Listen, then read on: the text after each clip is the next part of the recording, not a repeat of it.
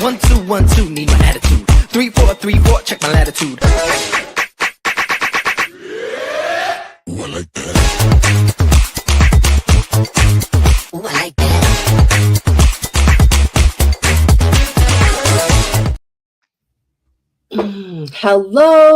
Hello, happy Wednesday. Bright and early. Not really, it's 9 o'clock. Maybe it's bright and early for California if anybody's watching us, but I can't say 9 o'clock is bright and early, can I?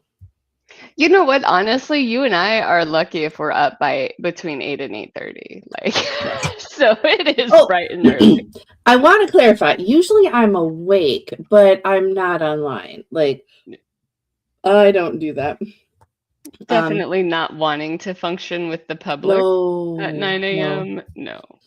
It's one of the reasons I work from home, right? Is so I don't have to function with the public. Which is a perfect lead into managing your expectations. Oh, yes. Function when you want to function. Yes. And in actuality, like, I've had a lot of conversations about this recently in the last few months with a lot of people. And the first expectation I want to talk about a little bit is the expectation of time and how other people give you those expectations of time. And it's come up a lot because in a good way, and I'll give an example of something that happened last night, but in a good way, we've expanded our circle. And we have people from Europe and we have people from Australia and all around the globe. And sometimes time frames within that kind of are funky. So last night I'm home alone by myself, Brittany, minding my own business. And this is probably TMI, but it matters in the story. I am going to the bathroom. Okay.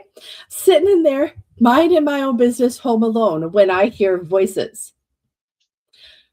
Okay. I should not be hearing voices. Home alone, right? So at first I'm like, oh, well, you know how like you just pause the TV and sometimes it unpauses and because it like whatever. And I thought the TV was talking. Yeah, but I know exactly what happened. I did I've not, had right. that happen to me too. Brittany knows what's happening. And so I flush the toilet, I walk out, the TV is not on. Now I could still hear the voices.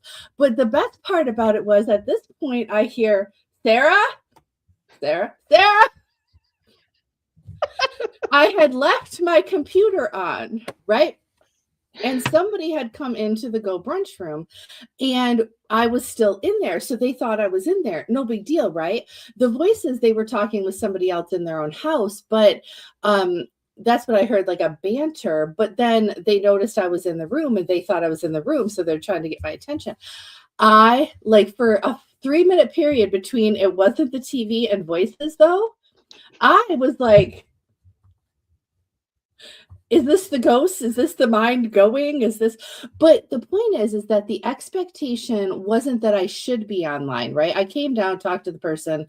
I was like, hey, I forgot to turn off my computer. I'll just say goodbye, do your thing. It was fine. But that person didn't have expectations of me being online. They just saw me there, right? Yeah. But I want to now go into those people that are expecting us to be everywhere 24 hours a day. What's that movie, Everywhere All the Time, something? And it's like, oh my gosh, right? Like, I can't do it. Yeah, and I think I really have had that reckoning where we have an amazing room for people to co-work. Yeah. And we have a space where people can come in and they can do their work. And Sarah is great at this. Sarah can have a conversation and she can do like 20 different task things. I cannot. I am a hyper-focused kind of person, and if I'm talking. If I'm working, I'm working. Yeah, right. If I cannot like get into what I'm doing, then it doesn't exist. And if I need to focus on somebody, then that's where my focus is. And so it's a very difficult thing for me. But, I mean, I can do small things and talk, but guys, I never do anything small, so it doesn't work. Everything I do, my expectations are greater than they need to be. So with the room, I have to actually start to pull out and not be there all the time, because for me to accomplish my work, I can't always be present. So I can give 2 days a week where I'm like, okay, guys, I'll give you these 2 days, but then the other days I have to be in my space. But I have to ask though, so is that an expectation you're putting on yourself, or do you feel like that's an expectation people in our community are giving you? I feel like that was a expectation that I had put on the room of, we're going to be here to co-work, and in order for us to be here to co-work, I have to be the hostess with the most, Oh, right? have we If changed that mentality though? I'm trying. Okay. And it really helped with you too, because you were like, "Hey, Brittany, like, it's a co-working space." Hmm. And you were like, "Okay, we can be there, 2 days a week, but also managing, we run meetings on these 2 days, we do these things." So it is a space where people can populate. And the idea is that, yeah, we have enough people who are in there, and it is a 24-hour co-working space, and people are working with each other, but it does not have to be 24 hours, Brittany or Sarah or Terry or, anybody else who's there. It's just a matter of these are people. And one of the great things that I've learned is, like, if I don't go into the co-working space, I go into my office. So I'm still clocked in, I'm still working, right? It's just a quiet room that I sit in. And if somebody needs to message me inside of the spaces, they can. So that's one of those things that's really, I've had to Well, adjust that requirement for myself. and before we got on here, we talked about like these weird little quotes I've been writing, right? And I put them over on Substack, and shameless plug, go follow me on Substack. But one of them was, today is a good day to start building a life that works for you instead of one that impresses others. Right. Mhm. And in today's world of social media, and my God, I can say today's world, but it's been a solid 20 years plus, right?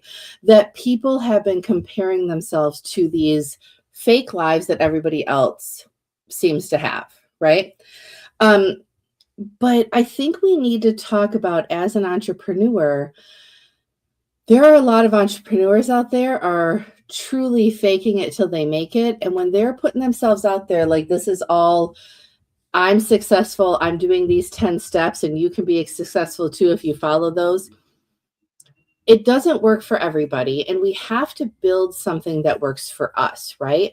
So if that means, my time blocks, I have been very, very good with my time blocks. I work on homework at this time. I work on, and at stop, it's not homework. I work on my dissertation at this time. And I do, I work for a nonprofit. I have blocks for that. I do my own business. I have blocks for that. And I'm pretty good at it, but I'm doing it because I'm not trying to impress others. Does that make sense? And I know you're not necessarily doing that either. That's not what I'm saying. But I think a lot of people go into it and they're like, oh, well, Sarah and Brittany are always online and their business is thriving and it's like, not really. You know what I'm saying? Like, there are a lot of hats we wear and a lot of balls that are in the air. And there's a lot of successes that happen regularly in our lives, but we're not multimillionaires with our entrepreneurial efforts yet. Yet, I say yet, right? So what And are your thoughts on that? when I think it goes to, so when you were talking about, oh, do these 10 steps, oh, we'll make you 6 figures, oh, Oh, well, sure. this, oh, well, that, right? Those systems may be working for those people. And they might And not. They not. might just sound flashy, and Mhm. people just gravitate to flashy. They might have the right sales funnel. And we talk about this a lot because you guys, we just got done talking about how I get sick from sales. Like, it's rough for me. So these are people who are like, oh, let me give you all the buzzwords and let me take your money. I just got done talking to somebody yesterday who was in a networking group a few years ago that had 360 people in it. They were paying a pretty penny to be a part of this group.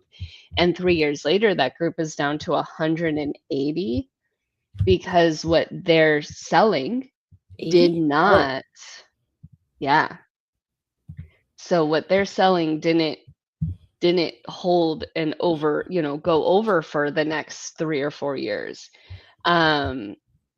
It's very important to understand where you're at, and we're talking about that managing of who you are in your business, because if you're a 6-figure business and you don't have residual income involved in that, the amount of hours it takes to be a 6-figure business owner and the amount of work.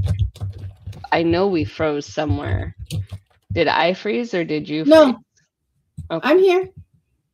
Oh, there we I don't go. think we froze. Well, you were in the same position, and I don't know if it. I don't know what happened. Don't ask me. But I'll move more. thank you. I do though. No, but where you're at, right? Where you're at, Sarah right now is working on her dissertation. Sarah right now is working with a nonprofit, right? I personally just got a new nighttime job because of stability and mental health. Make sure that that's my mental health tip right there, Sarah. She's being also. She told me to move more, so I'm moving more. Look, Sorry, this is our I'm mental being health. stupid. Okay. But Sorry, go on. Be serious. be serious. We don't know how. Okay, but the truth of the matter is that expectation, bringing that train of thought back, Yes. is those people have buzzwords. They're going to sell you those buzzwords. Sometimes it's going to work and sometimes it's not. It's the dedication and the time you have to put in. To be a 6-figure business, that's a lot of time unless you've created a very good residual income that is groups, that's less time, that is something different than one-on-one services. And Sarah and I have a lot of one-on-one services. So that residual, not as great as you think. Yes. And even when you create certain things for residual income, I'm going to take 2 steps back. You're never going to be a 6-figure company overnight. I don't care who promises you what. Okay. It takes a solid 3 to 6 months for any sales funnel to truly function. Okay. Because buying lists never work. If somebody tells you to buy a list, don't do it. It never works. But it takes 3 to 6 months for any funnel to truly function. And you have to understand that. And if your marketing person says anything different than that, find a new one. And we have a couple we can refer you to. Okay. That will give you a realistic point of view. Now, though, back to that residual income. Residual income can be any small thing that you just kind of leave over here and it gives you income. It can be downloaded PDFs, right? Things you created for informational that you throw out on Amazon and people pay $5 a pop for, right? You're only making $1 on each of them, but it's $1 you didn't have before and you don't have to do anything, right? And I'm going to use my coloring books as that example. Until I start using my coloring books in a more mass way, which is my plan, they're sitting out there and I make like $12 a month. So I get a Starbucks once a month off of the sales of my coloring books, okay? But it's $12 a month I didn't have before, and eventually that will grow, right? But when people say that all of these things will be 6 figures overnight, it's not happening, right? And I'll use Forrest as an example. Forrest has, and hopefully he watches this and throws his links in there, but he has a few things that you can buy, a book, a couple of downloads, some things that you can get that are more residual income for him, right? He uses them in all of his trainings, but you can also get some of those things for a small amount of money. I want to say one's like $10. I can't remember how much his book is. It's on Amazon, or it's on his website. Let's go with that, because I can't guarantee it's on Amazon. But he's not rich and famous off of these downloads. He's going to be rich and famous off of his trainings. Yeah, right. And the courses. That's what I'm saying. Yeah, the courses, the trainings, those like the actual educational component, right? Very few people get to be millionaires or even six-figure incomes off of the books they write for, self-help or growth, which is what I would put, changing your mindset around money books would be put into. So I don't really know where I was going with this, other than these are external expectations that people put on us. And you need to find the people that are going to give you the truth, not the people that are just going to take your money. And also the people who are going to sit in the truth with you. Sure. Because there's a lot of people who have an expectation of, oh, well, you have a business and you make millions. You say that all the time, right? You Right. have a business and you make millions. And then when they're sitting with you and they're like, well, why aren't we eating steak tonight? Because I got top ramen, bro. Because I got top ramen. Do you want my ramen or not? Right. And there comes there comes that space where I've definitely had my focus in too many directions.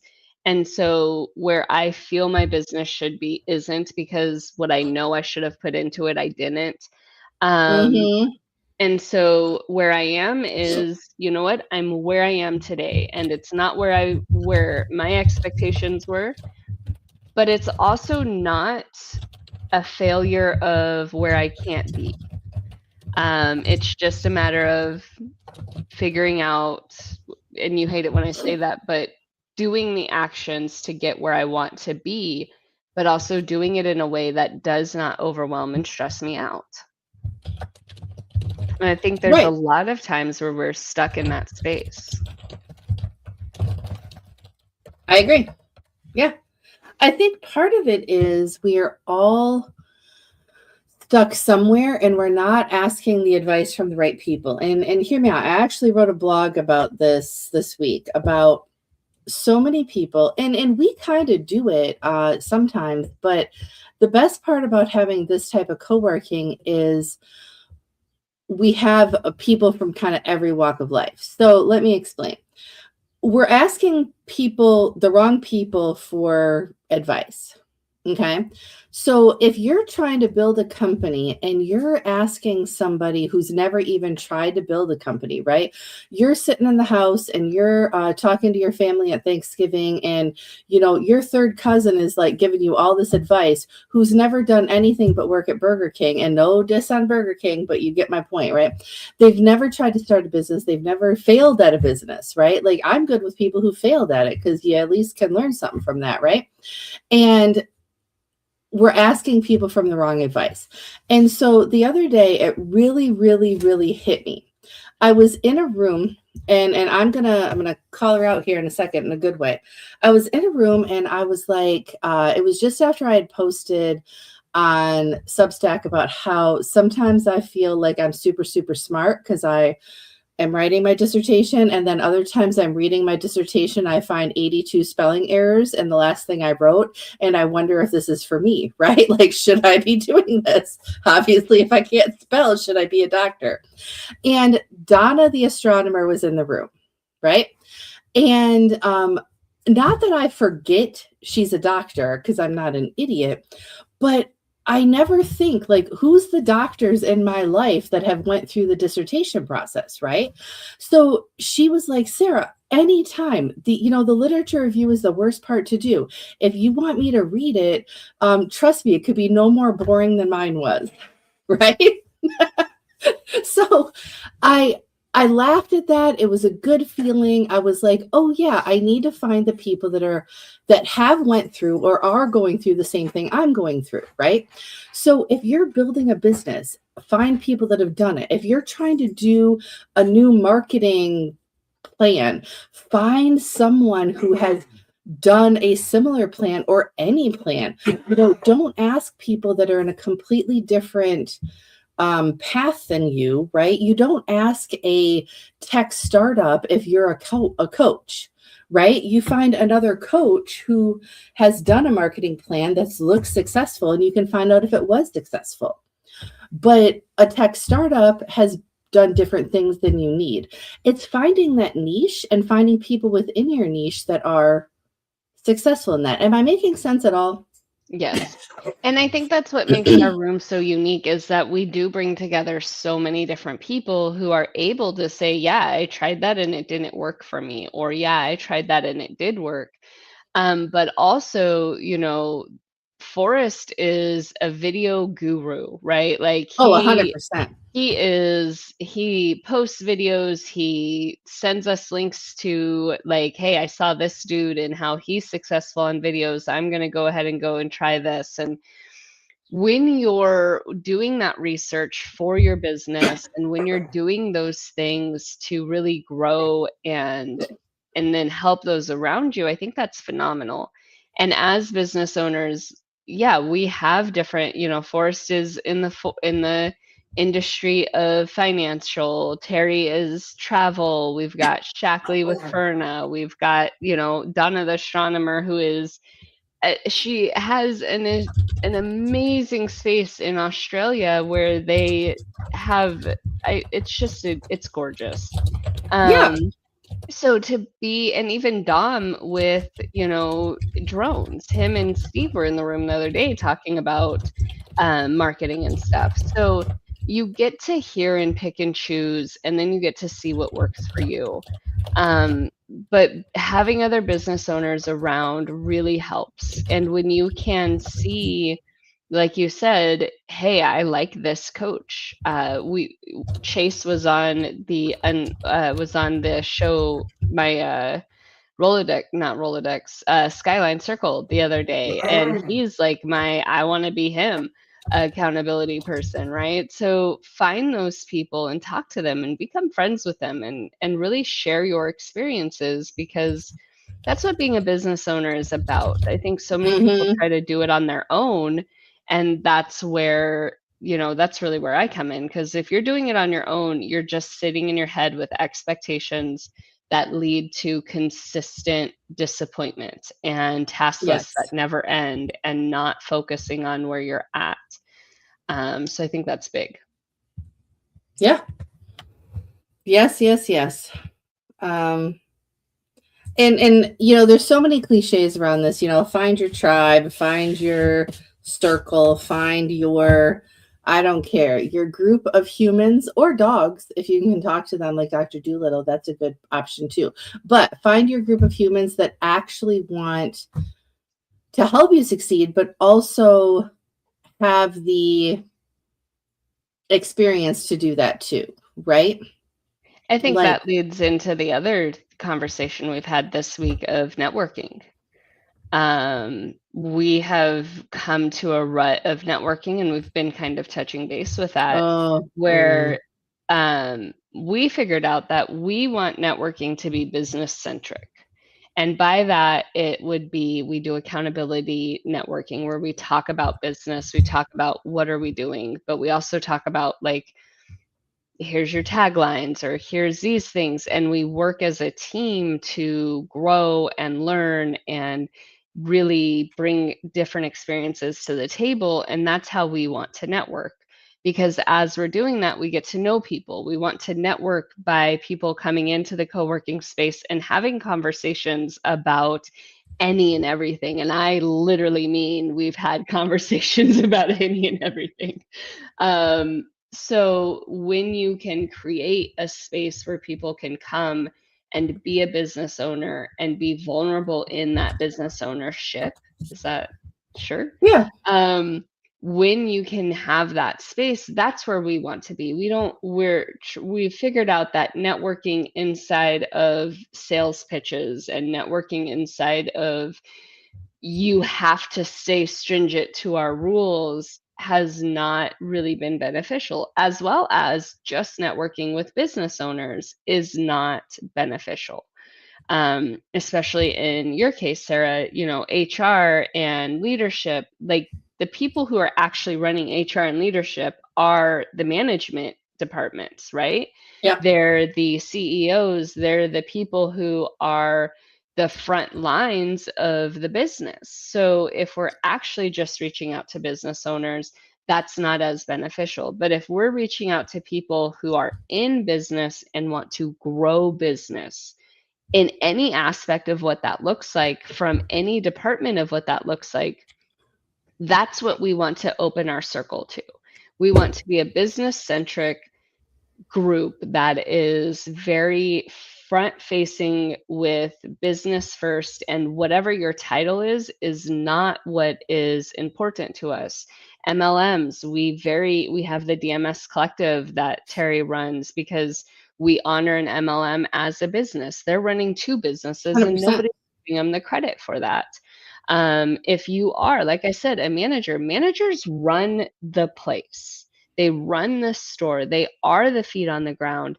And so we want those people to network with us. We want those people to be in conversation with us, because that is where the programs are going to work. That's where Well, the conversation is going to grow. and this is where using MLMs and then even the managers and things at different companies as that example is why we are considering and having these conversations about the when we should have networking, right?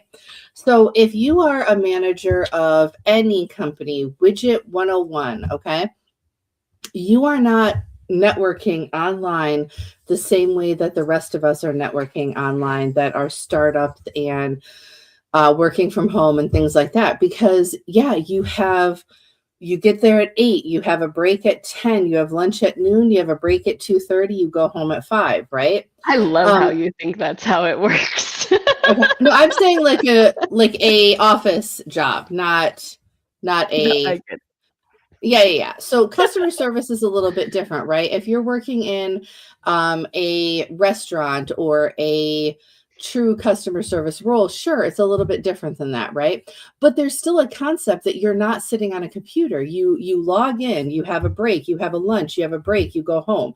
There's no sitting on a computer, right? And if there is computer time, it's scheduling and things like that. You're not doing this type of thing. And so knowing that, we're starting to consider, what would a lunch and learn look like? What would a Saturday morning or a Thursday evening look like for this type of networking? Would it allow some people that wouldn't normally do networking be able to participate and get connections to either new opportunities or new ways to do things at their own jobs? We're still in the discussion route. Yeah. So, No, I think, and that's what happens when you put people in a room who want to do better, be better, and go off the beaten path. well, look at that. Look at that. All right. So we are at 28 minutes. We normally try to get these to 30 minutes. So Brittany, why don't you tell people what Keystone is? Because you know what, we've talked a little bit about it, about, the rooms and the people and stuff, but what is Keystone Network all about? I'm really excited because the Keystone Network, like I said, is business centric. It is a place where people who are inside of business can come and communicate. We have created a virtual online skyscraper where people have their smaller offices that are more unique and personable to themselves when they're working with themselves or having a one-on-one, all the way to conference rooms that can fit anywhere from 10 to 500 people. We are working on what does it look like to do some webinars. That's a little bit down the road, but inside of the Keystone Network, we have this online community where you can go straight to the lobby and find people around and ask for feedback on what you're working on or troubleshoot things, because you have a live audience. And I want to say that we're captivating and captivated. But you do have a space where you can work with people who are going to give you advice, going to give you what you ask for. If you ask a question, they're going to give you the answer. And sometimes it's not the answer you wanted. But it is a space of really being able to be that business-centric area. And so we have wonderful shows like this where Sarah and I go live with business. We have shows where we highlight other businesses. And we're working on my secret project, which once I figure out my stuff, we'll have that one going. I'm excited for that one. So keep an eye on us, guys, because we're going to change. We're going to build a space that is going to change the outlook of what is typical networking. And I agree. And if you want to be involved with some of this, obviously we want you to get your own room and come figure out what Go Brunch and the Keystone Network is all about. But in the meantime, if you don't know how to find it, we'll throw it in some of these links, but reach out to one of us and we will send you the calendar link, our Luma link, so that you can see all the things that we have going throughout the week. And I haven't actually talked to Brittany about this, but I talked to somebody yesterday and I want to kind of add some things to that. And I think it'll be some fun ways to get to know some of the other people in our skyscraper. But find that link, join us even for just a co-working time to see what it's all about. And then kind of make your decision from there. All right, Brittany, we're going to say goodbye. It takes a second for this end stream thing. It's very funny to me.